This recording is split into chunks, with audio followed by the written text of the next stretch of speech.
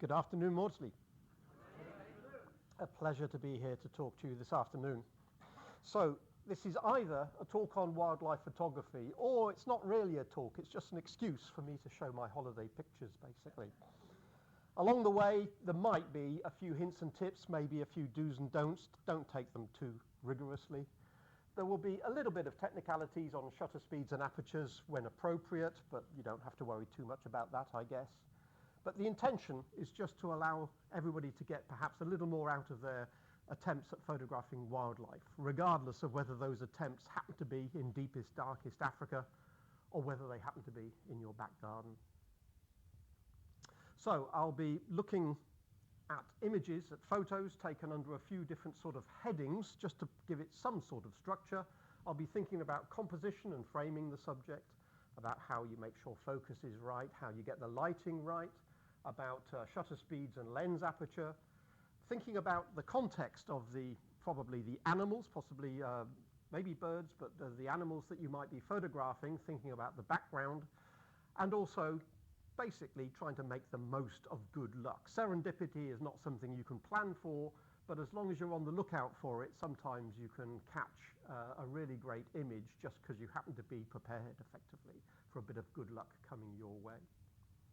So firstly, we're going to have a think about composition and framing the subject. And perhaps your first thought is, if you're going to go on safari and you want to take a picture of dangerous animals like lions or hyenas or leopards, do you really need a big telephoto lens to make sure you can keep your distance? In other words, before you go on safari, should you be thinking about something like that, a Sigma 200 to 500? I mean, look at the biceps on this guy to carry out a lens like that. By all means, take a lens like that, but take 3 other people to carry it for you rather than have that strung around your neck at night. Some people who are particularly interested in birds will go for the very long focal lengths. It's not unusual on safari to find people with something like this, a 600mm lens. This particular one is a Canon. Because, of course, birds tend to be a little smaller than mammals, and birds do tend to fly away, and birds do tend to sit in a tree that's 100 meters away rather than something that's a little bit closer. So yes, if you're a bird watcher in particular, you might want to go with a telephoto lens at that sort of focal length. But after having taken various lenses on various safaris for the last, 20 years or so, I have finally hit on my lens of choice. And my lens of choice is a 300mm. That's the Nikon 300. You can see it fits basically in the palm of your hand, plus a little bit. And because of the way it's designed, it's relatively lightweight as well. So it's lightweight and compact, and I would argue that you do not need anything more than 300mm, unless you're going for a very specialist safari and you're trying to photograph a leopard that's 6 miles away or something like that. So 300mm, I would argue, is enough. Notice it's also not a zoom. I very rarely found that if I took a zoom lens with me, I very rarely backed off to the low end of the zoom. So given that prime lenses are usually sharper and crisper than zoom lenses, I decided to go with a prime. If I ever want to take a wide angle, then I just get the phone out of my pocket. A phone has got, I don't know how many megapixels, but they are very good these days. And if you want the vista, if you want the ambience, if you want to take a picture of the whole watering hole, a phone is fine. You don't need a zoom lens that backs off to wide angles. So with 300mm, what can you do? Can you get close enough with 300mm? And I would argue, of course, yes, you can. Otherwise, I would not have chosen this particular lens. So I went on safari last October with some friends of mine. And this particular chap was staring into the distance, not because he thought he would like to have his picture taken. He was staring at zebra and trying to work out whether or not that was going to be his midnight snack. So this particular chap, bear in mind that if you go on safari in Kenya, you're not supposed to get within 25 meters of animals. Any closer than that, and you're perhaps starting to harass them. So you can get up to 25 meters away. If the animal then decides to walk towards you, that's fine. You don't have to back off. It's simply that you shouldn't harass them by getting too close. In this particular case, we stopped 25 meters or so away, and this particular male lion spotted the zebra in the distance and walked a little way towards them so he could get on a mound and get a better view of the zebra. He ended up being about 10 meters away. So roughly speaking, the distance from the size of this room, roughly from the front wall to the back wall. And 300 millimeter is absolutely all you need for that sort of shot. Now, generally speaking, predators do not worry about tourists. Predators like this one are more interested in their next meal, and tourists do not come on the list of meals. They're usually inside metal vans or cars, and they're difficult to get into. Zebras are on the hoof and a lot easier to kill. So lions will go for zebras, they won't go for tourists.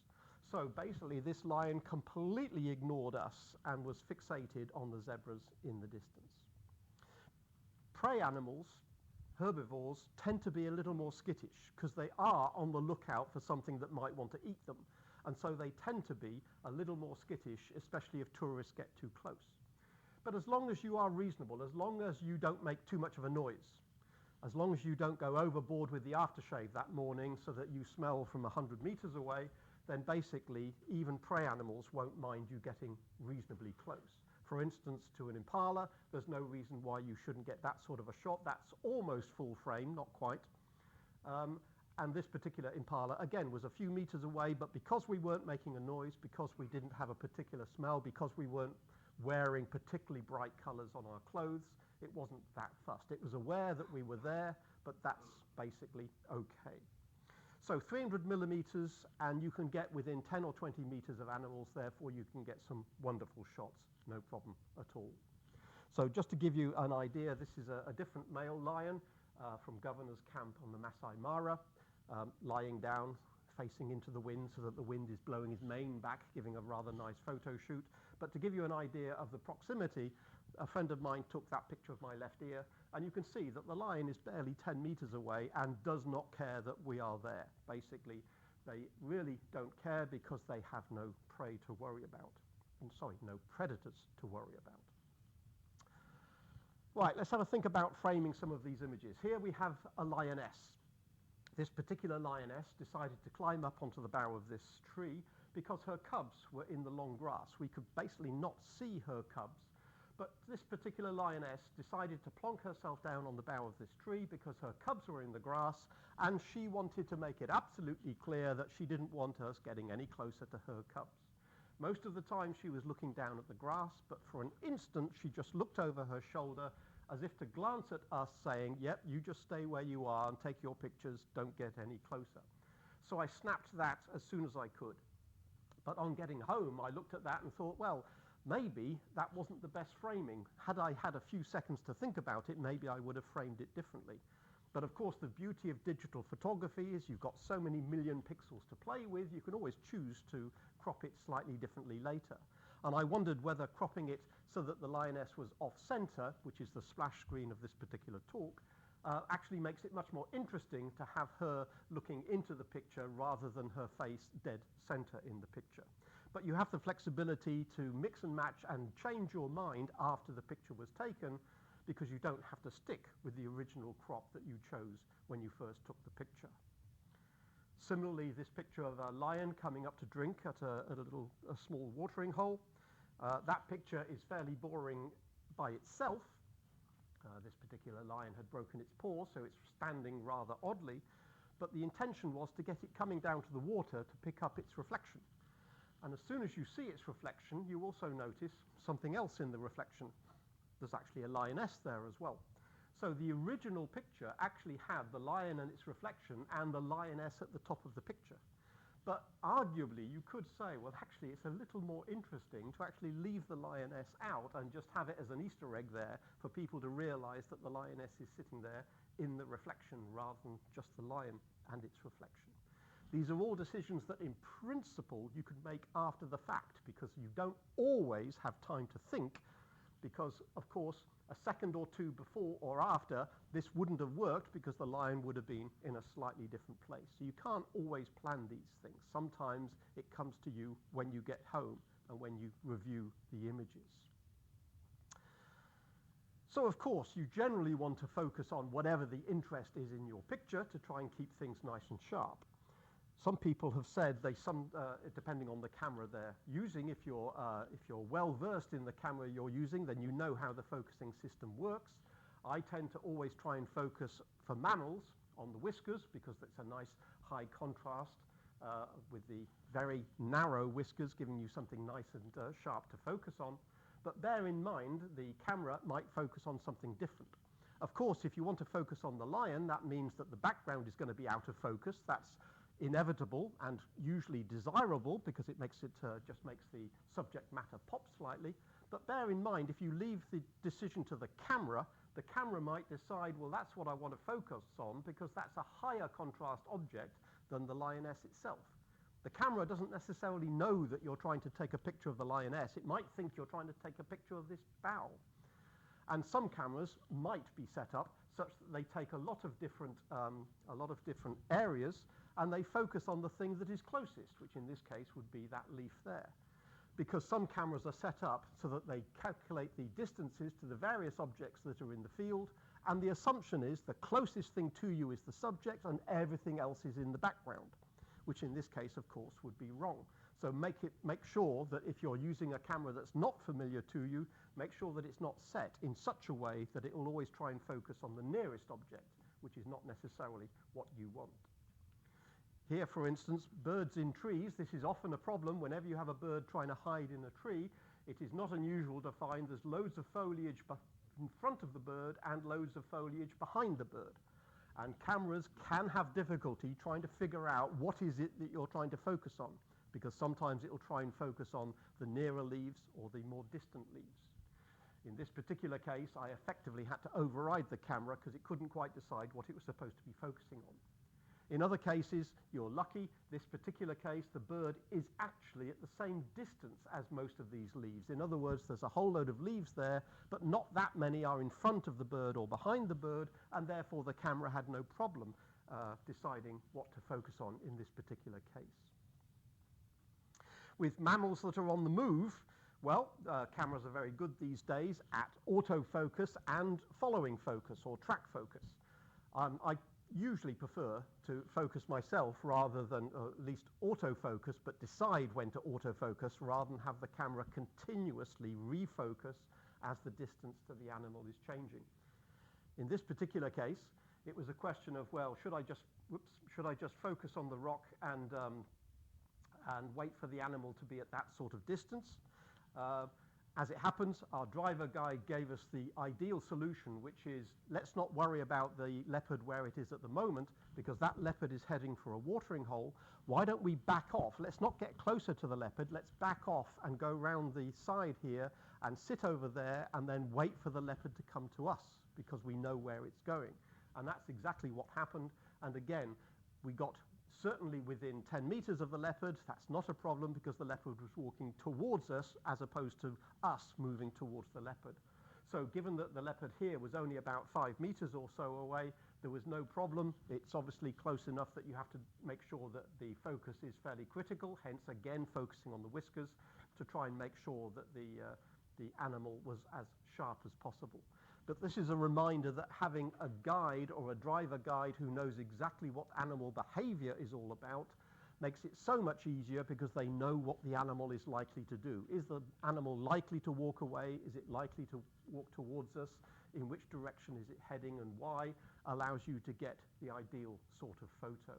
So I don't think we would have been able to get that close to a leopard if it wasn't for our guide expertly telling us the best way of getting the photos. After years of experience taking lots of tourists around Kenya, he knows precisely what tourists want to get out of their photos. This was interesting, not least because I actually forgot something fairly fundamental, and that is when you're looking at a bird and its reflection, the bird and its reflection are not at the same distance. The reflection is actually slightly further away because we're looking down on the bird. So depending on the depth of focus available to you, it might be that getting the bird in focus means a slightly out of focus reflection or vice versa. I think in this particular case, I actually focused on the bird hoping that the reflection was sharp, and in a sense I got away with it because the depth of field was just about enough to ensure that both were reasonably sharp.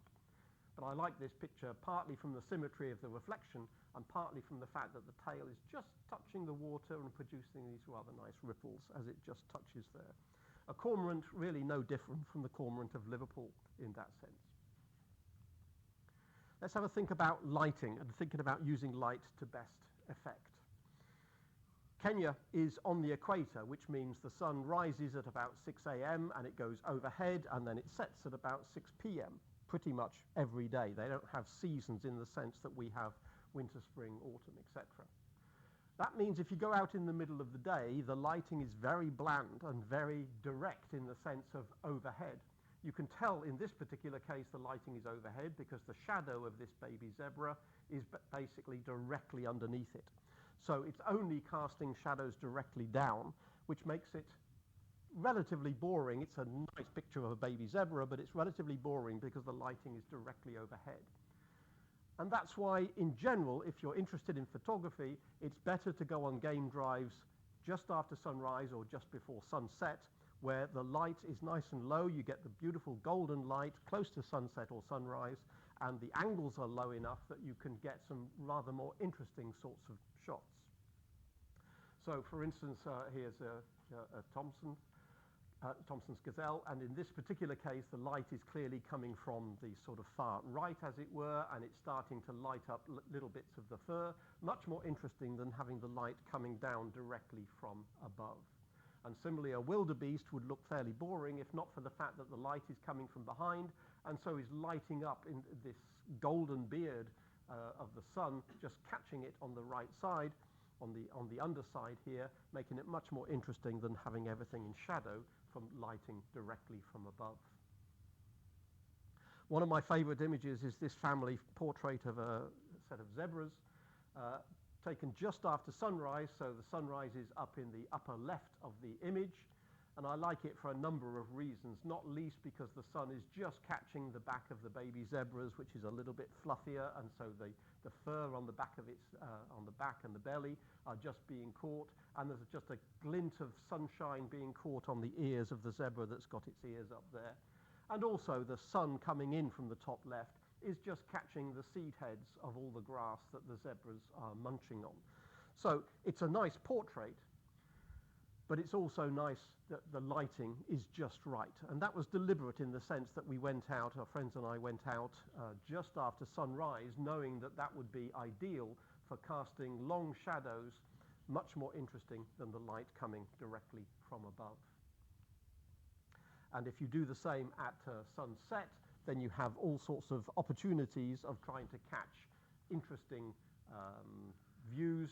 Whenever you have animals trudging their way across the ground, they often kick up a bit of dust, and so at sunset there's always the opportunities to catch a little bit of the glint of the dust, and sometimes in this particular case the zebras are going across and the wildebeest are already hunkering down for the night by the looks of it, but the zebras are still trudging from A to B. I don't know why, that's what zebras do, whether they're looking for water or whether they're looking for more grass, I don't know. But having the opportunity of just catching the dying rays of the sun always gives you a photo opportunity. At the opposite end of the day, this was sunrise. We were about to leave one of the lodges and go somewhere else. Just as we were about to leave the lodge, virtually in the car park, I happened to glance over my shoulder, and looking over the watering hole in the distance, I realized the rays of the rising sun were just catching these eland. These are the largest antelope in East Africa. They were catching the eland and had this beautiful reflection in the watering hole. So having packed up all our gear in order to ship out to another lodge, we then asked our driver to hold everything whilst we unpacked all the camera gear, got there out, and then took this view again. Again, a 300mm view of the watering hole, quite some distance away, but 300mm is fine for capturing that sort of view. This was a long time ago. This was in the pre-digital era, so I got the framing wrong. This is not a good example of how to frame your subject, but it's a beautiful one in terms of lighting, where again, this was in the early morning, and the lone zebra standing what appears to be walking on water, but of course standing in a very, very shallow bit of water. I don't know what the zebra is thinking. There's no idea what the zebras think about when they're staring off into this 1,000-yard stare. But I wish I'd just framed it slightly differently in terms of A, why didn't I take this portrait rather than landscape, and B, couldn't I have just got a little more of the reflection of the zebra down the bottom. So wonderful for lighting, again, lighting up the back and the rump of the zebra from the right-hand side there. Only 3 out of 10 for the framing. But given that this was taken with slide film, it wasn't very easy to reframe it. In principle, with slide film, you can produce color prints and crop them differently, but that was much more hassle than I was prepared to put in, and so I've just lived with this one being slightly misframed, as it were. Let's have a think about shutter speeds and lens apertures, which again, as well as focus, can help keep the subject sharp. In this particular case, a butterfly sitting in the undergrowth. It is rather dark in this particular area. It was sitting in a very shaded part of a bush. It was difficult to catch it. So for this particular section, I will be showing the shutter speeds and the apertures there. So in this particular case, because its wings were open and flat, most of the subject, most of the butterfly itself, was at the same distance, and so it didn't matter if the depth of field was rather critical, because I wasn't worried about the background, and I could keep essentially all of the butterfly in focus because it's all in the same plane relative to where I was. That doesn't always work that way. In some cases, the 1/40th of a second at f4, I thought that would have been enough. It seems odd that you go to Africa and you struggle for light, but this was taken basically at dusk. We were on our way back to the lodge. We had our game drive. The camera was on the seat next to me. I thought there was going to be no more images because the sun had essentially gone and we were losing the light very rapidly. And out of nowhere, 2 cheetahs suddenly came and started running parallel to the safari van that we were in going down the road. So it was a hasty grab the camera, point at the cheetahs, click. And with the amount of light I had available to me, the best I could do was a 40th of a second at f4, which just about got them in focus, but in terms of keeping them sharp, well, not really. But it produces a wonderful, almost surrealistic image, reminding us just how fast cheetahs can be. They're not in a straight run, they're just playing with each other, 2 brothers running alongside the van, playing with each other before disappearing back into the grass again. But because of the exposure, because of the length of time, and because I was trying to follow the cheetah, you can get this impression that the grass is moving because the cheetah is running through the grass. You also see how it uses its tail as a bit of a counterweight as it tries to jinx backwards and forwards if it was chasing a bit of prey. So it doesn't keep the subject sharp, but accidentally having this sort of exposure because of the loss of light actually gives a rather nice surreal impression of just how fast these animals can move. But most of the time, you're trying to take a picture of a subject and you want to get as much detail as possible, you want to get a nice framing, and you want to get the subject nice and sharp. With an object like this, with a subject like this, that's not so difficult because the bird is very conveniently perching on a post, and the background is quite a few meters behind the bird, and therefore it is not that difficult to focus on the bird and throw the background completely out of focus. It's not quite full open. I've got a f4 lens and I've gone down to f5.6, which is easily enough to make sure that the shutter speed is fast enough because the bird wasn't flying, the bird was just sitting there, so that wasn't an issue. But catching all of that detail of a sunlit object, not that much of a challenge if you're in the nicely lit part of the day and the subject isn't moving, then it's not really too difficult. In some cases, the bird doesn't hang around too long. This particular bird of prey is a goshawk, and it was sitting in this bush, and we weren't quite sure if it was going to stay put. It was not that many meters away, and we had accidentally driven along the road close to it, and we thought we might be scaring it away. So it had to be taken fairly quickly, and the bird did indeed fly very briefly after this. But trying to catch it, again, catching it with the background out of focus, so the bird pops nicely in terms of the focus relative to the blurred background. Obviously, it's a little more busy down the bottom part of the image because a lot of the bush is in focus because the feet are in focus. But getting the head against a nice bit of background which is out of focus gives you the interest. And keeping the eye sharp while the background is blurred is quite often what you're looking for when you've got this sort of composition. That's back to the line I showed earlier, just to give you an idea of distance.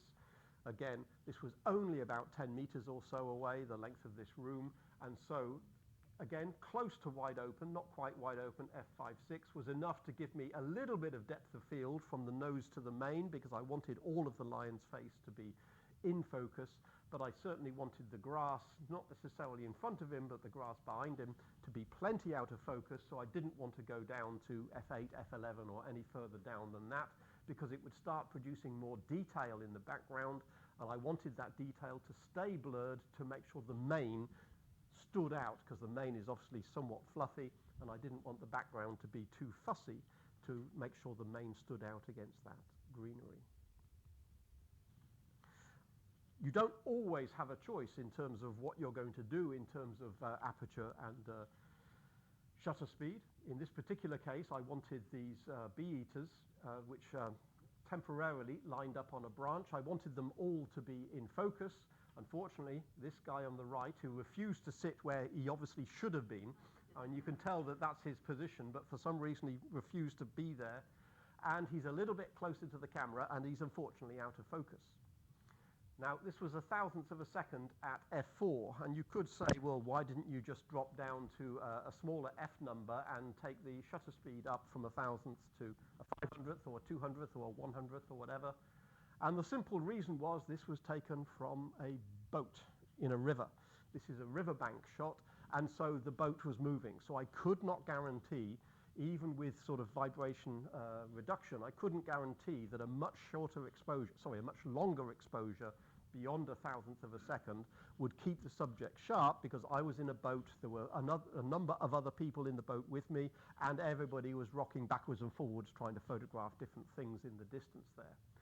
So in a sense, I felt that I had to keep that shutter speed fairly fast in order to keep at least this guy on the left sharp, and that meant I had to sacrifice the one on the right because the depth of field was simply not enough at f4. I took the ISO up to 400 just to see if that would help, but it still didn't go that far. In principle, I could have whapped it up to a ridiculously high ISO, but then that would have introduced a fair bit of noise into the image, so I decided not to do that.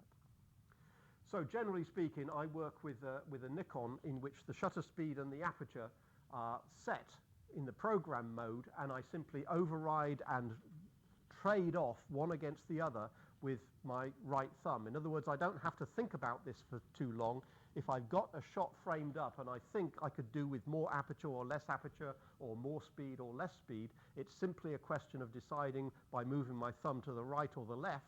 So I don't have to think too much about whether or not I want a particular combination. I let the camera decide on the correct exposure and then override with a quick flick of the thumb if I decide that I'd like a different combination of F number and shutter speed. Birds in flight are a little bit different from birds sitting on a branch. If a bird's sitting on a branch and it doesn't look like it's about to fly, you've got a few seconds to decide what to do. You can choose the aperture, the F number, you can take a picture, you can see if the bird moves, take another picture, double check the focus, etc. With bird in flight, you often do not have the luxury of deciding what to do, because depending on where the bird is in the sky, whether it's close to you or flying away from you, you have to have a reasonably fast shutter speed to try and keep it sharp, because you're trying to move and follow this bird. And again, depending on how good your camera is at continually refocusing as the bird is flying towards or away from you, sometimes it's tricky to keep the bird absolutely sharp. So again, you have to decide on the trade-off between F number and shutter speed. Here, about 1,000th of a second, because eagles and vultures tend to soar rather than flap their wings. They're a little easier to follow than other birds, especially the smaller ones. And F8 I found was about right in order to keep the bird reasonably in focus, especially when they have a huge wingspan and the distant wing might be quite a few meters away, further away than the closer wing. If you want both wingtips to be in focus, then they can be 2 or 3 meters apart for some of these large eagles and vultures. And for a bird soaring, that wasn't too bad, but then when this one wheeled round and started to have a scrap with some of its neighbors, we realized that we really did need to keep that shutter speed fairly high, otherwise we'd end up with an awful lot of blurring as these vultures scrapped with each other. Not too sure what they were fighting about. We think it might have been two adults that were just simply trying to get the youngster out and go eat yourself. Don't assume that we're going to find you your food. But you can see the claws are out, and there's an awful lot of feathers flying in this particular fight. And again, this only occurred for a few seconds. You don't always have long to decide what's the best way of doing this. You can't always revisit the same thing once the spectacle has ended. Birds that soar can sometimes be cooperative because they often are looking for thermals. For instance, first thing in the day, first thing in the morning, this particular auger buzzard was trying to find a thermal in order to get some height so it could start doing its hunting. So in this particular case, all I really needed to do was to stand still next to a hill. Whenever you've got a hill and a bit of a breeze, you tend to get an updraft, and the birds know this, so they often stay close to the hills to pick up a little bit of this updraft of the wind from the hill, and they'll pick up a little bit each time they circle round. And it doesn't take you more than a few minutes to sort of watch the birds and get an idea of how they're moving. And so with this fella, I knew he would be back roughly once every minute as he did a slow circle above my head, and it was just a question of waiting until he was at a reasonable distance to try and catch him reasonably well framed, reasonably well exposed. Again, I had a few seconds to think about, did I want to actually bump the shutter speed up any further? Was I happy with F9? I had a few seconds in which I could decide whether or not it's worth going up or down before trying the picture. And a few of them didn't work too well, but a few of them worked very nicely as he very cooperatively came back once every few minutes into my field of view. It would have been nice if I hadn't quite chopped his wingtip off on this one, but again, a different bird on the same day, wheeling around with the sun behind them, can give you beautiful images of especially their flight feathers as the sun shines through their wings. Never forget the context. It might be the animals you're interested in, it might be the birds you're interested, but don't forget about what the context is, what's in the background, or at least what's in the environment around the animal.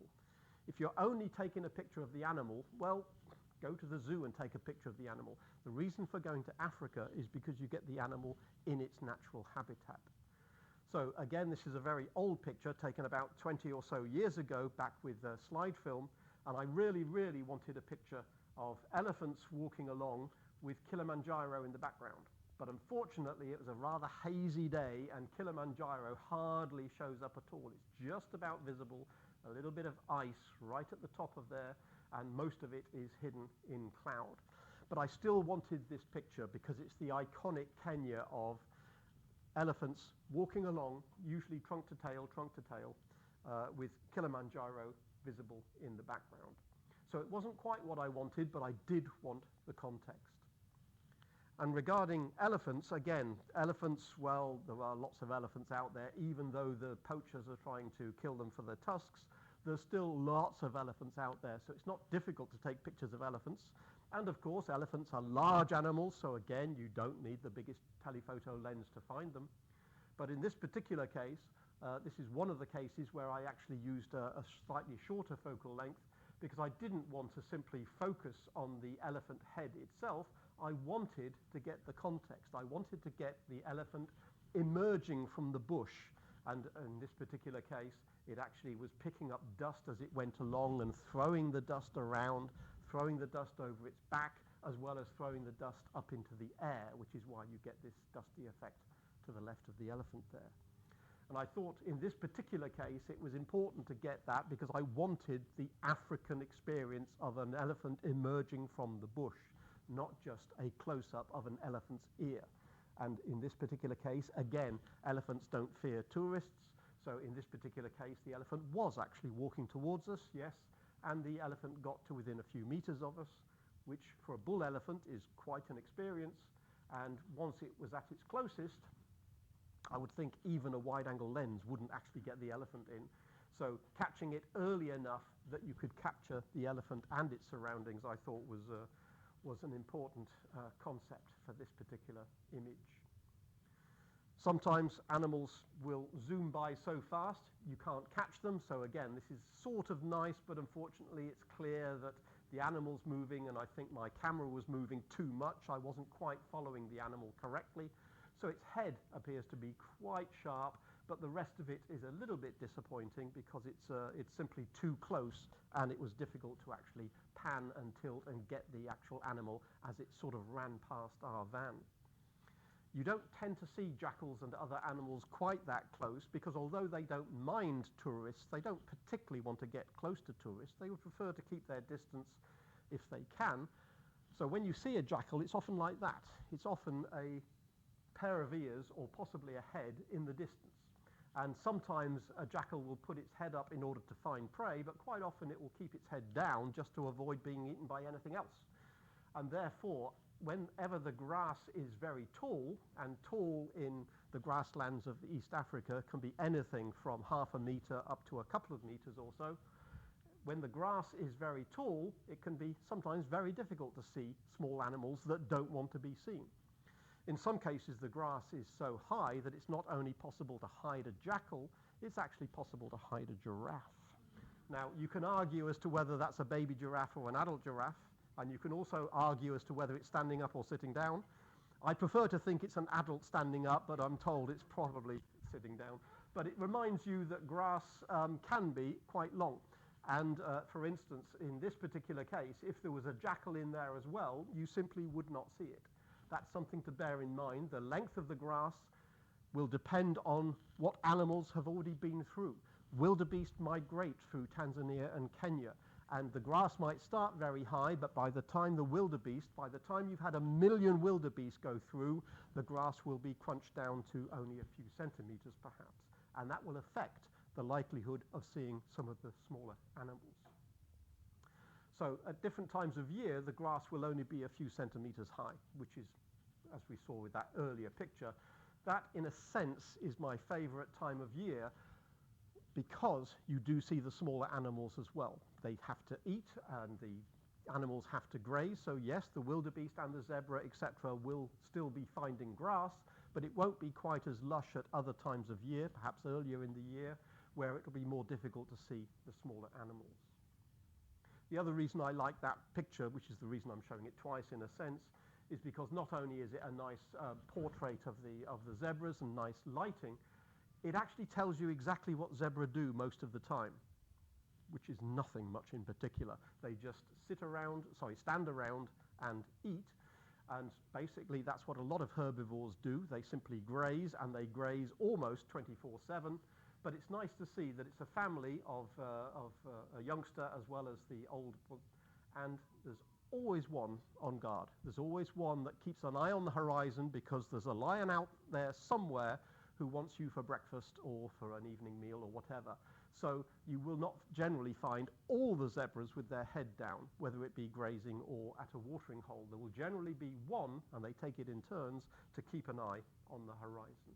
So in a sense, that is zebras doing what zebras do. To me, that is, in a sense, quintessential Africa. When you've got a bird like that, you might say, oh, what the hell, you really needed a better telephoto lens than that. You really should have taken that bird and taken a 1,000mm focal length or a 6-mile focal length or something and got a better blow-up of the bird. A beautiful African jacana with this blue forehead as well as the colouring, and huge feet, which I guess you can't see too well. The feet are almost longer than the body. Even the baby jacana have feet that are longer than the adult, and they sort of grow into them with time. You look at that and you say, well, shouldn't you have zoomed in on the bird rather than the context? Well, I would argue no. It's a lily trotter. It's a lily trotter. So what do lily trotters do? They trot on lily beds. And therefore, that is typical of Africa jacana, more so than simply cropping it down to the point where, yes, you get a very nice portrait of the bird, but it doesn't really remind you of what they spend most of their life doing, which is roaming around lily pads. So context helps you put the animal literally in its environment. Let's have a think about a section called serendipity, simply because I couldn't decide where else to put these particular images. Every once in a while, You go out on a game drive hoping to catch wildlife. My friends and I never have a list of this is the animal we want to see. We want to see lion, we want to see rhino, we want to see giraffe. Basically, we have the attitude, drive and let's see what's out there. And therefore, serendipity has in a sense, a major part in terms of what it is we actually end up seeing, because basically we do not go looking for lion. Even though we know there's a lion pride over there, we'll tell our driver, go somewhere else. It'll be quieter, and then we'll see what we see.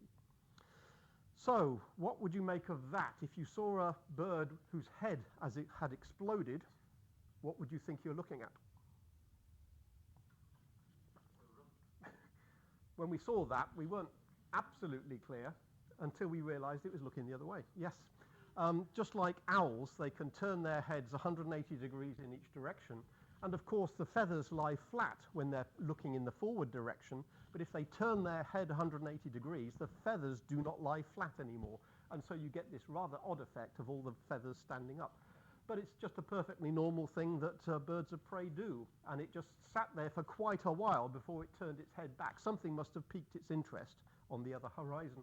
And only when it turned back again did we realize it was just, we think it was a juvenile because we couldn't identify which particular eagle this was, but it's possibly a juvenile tawny because of the way the feathers are mottled there. So yeah, sometimes you catch odd things when you're not expecting them. This was purely good luck in terms of the framing. This was not by design. This is a crowned crane, a beautiful bird in its own right, but this crowned crane was sitting on top of the tree, and I noticed it in the distance. I asked the driver to stop, and I lined up the 300mm on it, and I thought that might make a nice image of the crowned crane sitting on top of this tree. And just as I was about to take the picture, I think I might have taken one picture, and I'm thinking, should I take a second picture? I'm right-eyed, so my right eye was looking through the camera, and my left eye noticed that another bird, possibly its mate, was coming up from the distance. And it came up from behind, and it obviously decided that it was going to land next to this first crowned crane. And as it came into land, out go the air brakes, it slows down, and then it plonks itself very gently on the tree next to possibly its mate. And by pure luck, it just so happened that the outspread wings didn't go in front or behind the face of the crowned crane that was already there. And so I got this beautiful framing effect of one wing just coming around the head of the other. And I couldn't have asked for that to be any better, and that was pure good luck that it happened to arrive just when I had the camera aimed at that tree waiting for the photo. If it had happened 2 or 3 seconds later, I would have missed it. We came across an awful lot of lions, lions being predators with no real predators themselves. They don't fear anything, and therefore when they hunt at night, that's what they do. During the day, they have nothing to do, and so they sleep. They don't have to keep one eye open for the rest of anything that wants to eat them, because nothing else wants to eat them, basically. And so if any of the lions are awake, they just play. So in this particular case, some youngsters, the rest of the pride was close by. In this case, the couple of young brothers were simply play fighting for quite a while, and I just snapped away to get these pictures of them play fighting and then put them together in this particular montage. Of course, animals will fight for territory, for mates, for food, but in this case, they were really just playing. And every once in a while, you happen to stumble across, in this case, a mother and a cub enjoying breakfast. And again, although lions are kings of beasts, you wouldn't think so the way they behave sometimes during the day, but it's nice to see the youngsters tucking into their breakfast there. And lions sleeping during the day will always try and find a bit of shade. I do wonder, not about the lion, I just wonder about this fly, which, if it was going from right to left, did it survive that particular encounter, I wonder? Who knows? But given that lions will generally try and go into the shade, sometimes it's a bit tricky to get the best photo of them. You'll see them sitting underneath a bush, but it won't always be ideal to try and get the best photo of them. And remember, you can't get closer to hassle them. You have to keep your distance. And so it's pot luck. as to whether they happen to be nicely visible, nicely framed in the image that you want to get. It's always nice when there's youngsters around. You have to be careful because, of course, the mothers can be very protective, and you don't want to get too close to a cub if the lioness is around and getting too close to you. But there are plenty of opportunities to take pictures of youngsters, and they are adorably cute sometimes. In the case of a cheetah, this mother cheetah and this little baby, look how fluffy they are. I mean, wouldn't they make wonderful pillows? But yes, baby cheetahs and baby lions, cubs, are adorably cute at times. On a visit to a lake, we're expecting to find flamingo, because basically you get hundreds of thousands of flamingo at the Soda Lakes in the eastern part of Africa. But when we got there were almost no flamingo, and instead there were thousands upon thousands of pelicans, some of which took flight. And you forget just how big pelicans are. Again, wingspan of quite a few meters when they decide to fly. And in this particular case, a whole load of them took flight. And there were just thousands of pelicans wheeling above our heads for many, many minutes. And that was entirely unexpected because we're expecting flamingo. We weren't expecting this many pelicans. It's not unusual to find a few pelicans mixed in with the flamingos, but we weren't expecting quite so many. And it was quite a spectacle to simply stand and watch it for quite a while. Sorry about the title, but it has to be done. Again, serendipity, because in this particular case, this is visiting a national park which was expected to be bone dry. When we got there, it wasn't bone dry, it was a lake. And you think, well, okay, that must have mean they've had some rainfall recently. Nope, they haven't had any rainfall. This particular national park, called Mawdesley National Park, feeds from the runoff of Kilimanjaro. There's ice on the top of Kilimanjaro all year round. And when ice melts, as it seasonally does, in terms of seasonal in the sense of March and September, when the sun's at its highest, it tends to melt a little bit. Water runs down Kilimanjaro, and then it tends to go underground. It doesn't flood the surrounding area. It goes underground and fills the aquifers. And for some reason or another, the water table, which is usually below ground, came above ground by a few centimeters. And therefore, this particular flat area flooded. So, again, serendipitously, instead of getting just a dust bowl for the view, we got this beautiful vista of a lake with flamingo. That's where they went, rather than the other lake which we went to. The flamingo came down. And zebras, well, the zebras wanted to get from A to B, because that's how they always move from A to B. The fact that there was now a huge amount of water there, the zebras don't care. They won't go round the lake. They will just carry on the path they always carry on. The fact that it's now flooded makes no odds. You can see it doesn't come up much above their hooves. So we had this spectacle of a few hundred zebra sloshing their way through a lake, simply because the lake was new to them and wasn't there a few days earlier, or perhaps a few weeks earlier. So again, entirely serendipitous in that we were simply not expecting that sort of a view. With prey animals, yes, you can be lucky and get close to them. This one was a little bit skittish, but as long as you stay quiet, as long as you respect the animal life, as long as you don't wear bright colours, as long as you don't be too loud, then they will happily graze, and they'll keep an eye on you, but they won't necessarily run away. And so you can get nice and close to them. Birds of prey, well, again, they're not too fussed about tourists, because they know they can fly away if you get uncomfortably close to them. And this particular one, a fish eagle, was in a tree some distance away, but again, the advantage of digital photography compared to good old-fashioned film. With film, you always have the grain of the film to worry about, and if you try and magnify it too much, you simply magnify the grain of the film. With digital photography, there's no reason why you don't take one of those images. This is not a second image with a longer focal length. It's just the same one, cropped down, and you can certainly zoom in with a few megapixels to spare on your camera. You can certainly zoom in to get some wonderful images, even though the bird is quite some substantial distance away. Cheetah, again, are not too fussed about tourists, so This particular one had just had its breakfast. It was munching on a dead antelope, and then it started to walk, and again it was walking sort of broadside to us, not towards us, not away from us, but it meant that we could get a reasonable close-up of the animal. There are times when getting close is a bit of a problem. For instance, this particular lioness, this is the same lioness who formed the splash screen, the one who sat on the bough to protect her cubs from us.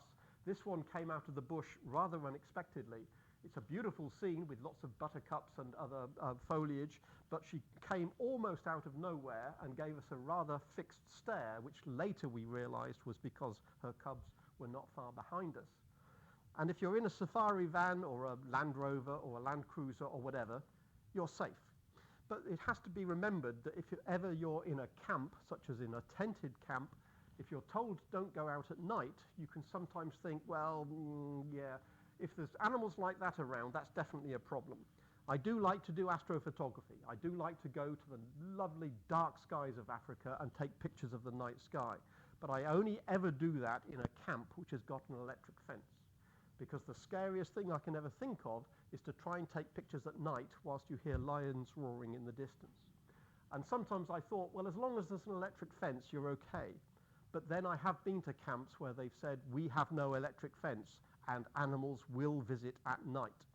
And I thought, surely not. If there's a load of people there, surely the animals will keep their distance. But then one day I looked outside my tent. I had one of these tents on the left-hand side, and there's a path running just outside the tent. I did look on my path, which was a little bit wet the next day, and I saw this paw print, which I am reliably told is a lioness. So yes, lionesses do roam through the tented camps at night, and therefore I've made it a very obvious rule that I do not try astrophotography at night. Basically, once it gets dark, you do not leave your tent. That is the rule.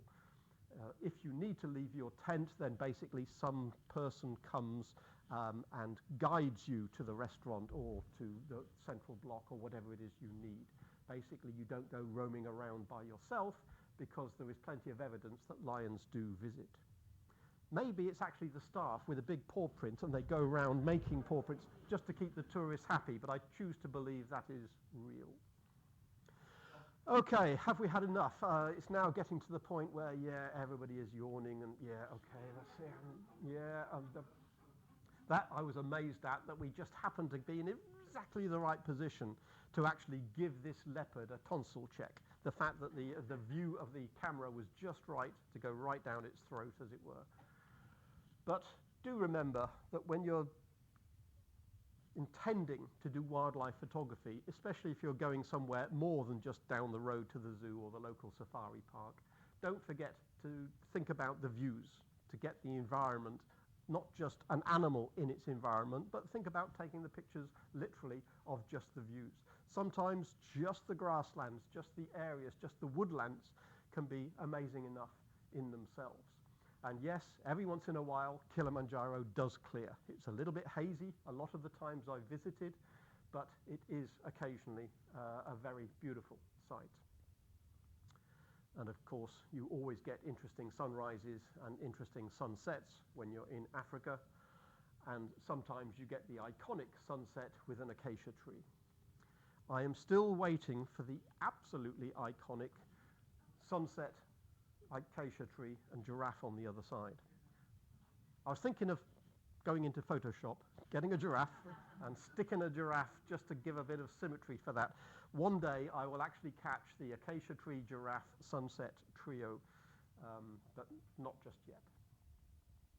And remember, it doesn't always work. This afternoon I've showed you a few of my favorite images, the nice ones, the nicely framed, nicely focused ones. And of course, every once in a while, it doesn't work. Weaver birds are always flitting around, making these nests. They start with a ring of twigs and eventually build it up to a full sort of sphere of the nest. Weaver birds, being fairly small, are really, really fast. Compared to eagles, which tend to soar and you can track them in the sky, weaver birds are gone 1 second, basically, well, not even 1 second. Barely a few tenths of a second is all it takes for a weaver bird to fly. So it can be in your viewfinder and you think, yeah, that's a nice one. It's just got the twig. It's just about to put it on the nest. I'll just catch that. And by the time you've made the decision to take the picture, it's already flown. So I actually have quite a substantial collection of branches in my portfolio that used to have birds on them, but didn't by the time I got round to pushing the button. Sometimes it's just me being too slow. Sometimes it's a nice view and the camera's on the seat next to me, and by the time I've grabbed the camera and brought it up to eye level, the bird has flown. Sometimes I just wait too long and the bird has gone. So yes, I've got probably hundreds of branch images and twig images in my collection. The same is true of animals. Sometimes you get beautiful images. In this particular case, I wanted this zebra and the foal walking towards me. I thought, beautiful shot. Grabbed my camera. In the 1 or 2 seconds it took to grab the camera and bring it up to eye level, the zebra had decided it didn't want to walk towards us, had turned around and was walking away from us. So as well as my branch collection, I also have the bums collection of all those animals that weren't that fussed but decided not to walk towards us anymore and were walking in the distance. So I've got lots of zebra bums, I've got lots of elephant bums, but who cares as long as every once in a while you get a nice shot from the other side. So don't forget that what I've been saying are not rules as such. They're just guidelines to think about composition and focus and lighting. And you don't have to spend your time thinking about shutter speeds and apertures, but if you do, it might improve your shot a little bit. And it is always worth thinking about the context, and it is always worth not doing anything about serendipity other than being ready for it. Try and have the camera always on hand so that if something presents itself, you can grab the image. And these are not rules, they're barely guidelines, and although they are certainly applicable to the various African safaris I've been on over the years, I also realized when I look back, I was also applying the same rules a long time ago. This is a picture of our family cat, taken, I think, 48 years ago. I was a teenager at the time, so this is sometime in the mid-70s this particular picture was taken. I think I focused on the whiskers. I think I was paying attention to the background, not being too distracting, and the light is coming in from the side, not from above. So even though I didn't really think about it at the time, I was still applying the same sorts of guidelines even 48 years ago. And it's black and white, not for artistic measure, but because I couldn't afford color when I was a teenager. So remember these guidelines to perhaps help you think about how images can be improved. And it doesn't really matter whether you're talking about big cats in Africa or little cats in England. Thank you very much.